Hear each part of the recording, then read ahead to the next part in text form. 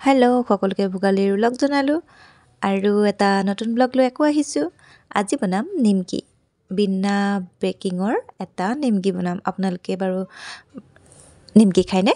অৱশ্যে নিমকি খাই বেয়া পোৱা মানুহ নায়েই, ময়ো ভাল পাওঁ আৰু আমাৰ ঘৰত সকলোৱে ভাল পায়। যিহেতু ছোৱালীজনীয়ে খায় সেইকাৰণে খুৱাওঁ কাৰণে মই নিমকিত বেকিং নিদিওঁ, চ'দাও নিদিওঁ আৰু তাই যিহেতু এইবোৰ বস্তু খালে ভাল নহয় সেইকাৰণে আজি বলক মচমচীয়া একদম নিমকি বনাম আৰু বিনা বেকিঙত। এয়া ময়দা লৈছোঁ। মই অৱশ্যে কাপেৰে জুখি নলওঁ, মই নিজৰ অনুমান এটা কৰিয়ে লওঁ। আপোনালোকেও অৱশ্যে মাইকী মানুহ সকলোৱে জানেই নিজৰ জোখমতে, আটা যিহেতু ৰুটি বনাই থাকে, আটা জোখ বা নিমকি জোখ এইবোৰ জানেই।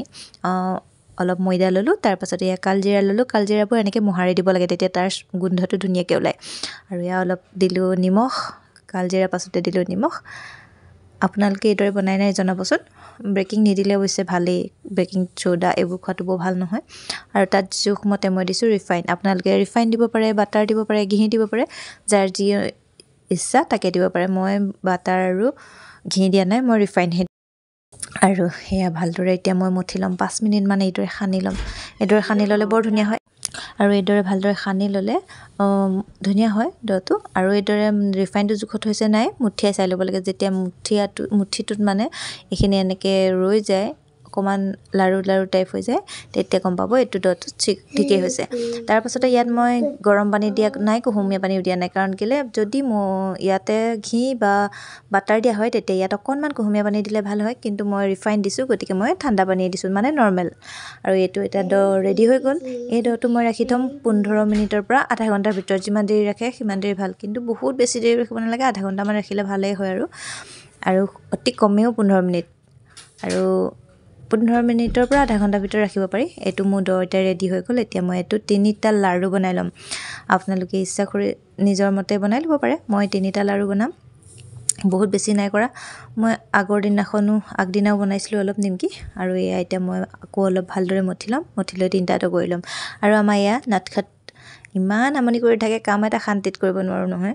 মই যে বনাবলৈ লৈছোঁ তাইকো লাগে বোলে লাড়ু এটা, আৰু এটা লাড়ু যদি দি দিওঁ ইমান নষ্ট কৰে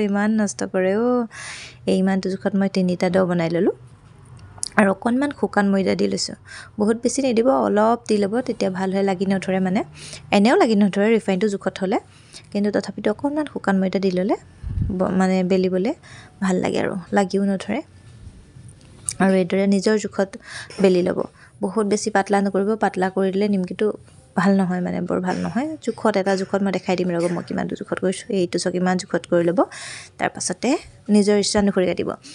যদি দীঘল কৰিব বিচাৰে, যদি সৰু কৰিব বিচাৰে, তো নিজৰ ইচ্ছা অনুসৰি। মই কিন্তু বহুত বেছি দীঘলো কৰা নাই আৰু বহুত বেছি সৰুও কৰা নাই, এটা জোখত ৰাখিছোঁ। আৰু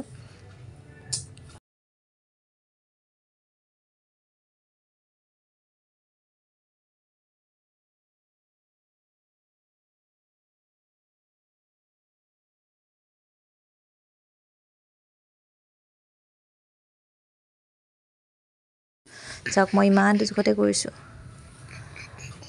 ইমানটো জোখতে কৰিব। বেছি ডাঙৰ কৰিলেও অৱশ্যে কিছুমানে ডাঙৰকেই খায় বাৰু। এইটো মই ইমানটো জোখতে কৰিম। এয়া আমাৰ একদম কামিলা মানুহ, মোক কাম কৰিবলৈতো নিদিয়ে, নিজেও মানে একদম উস্তাদি বুজাই থাকিব প্ৰত্যেকটো কামতে।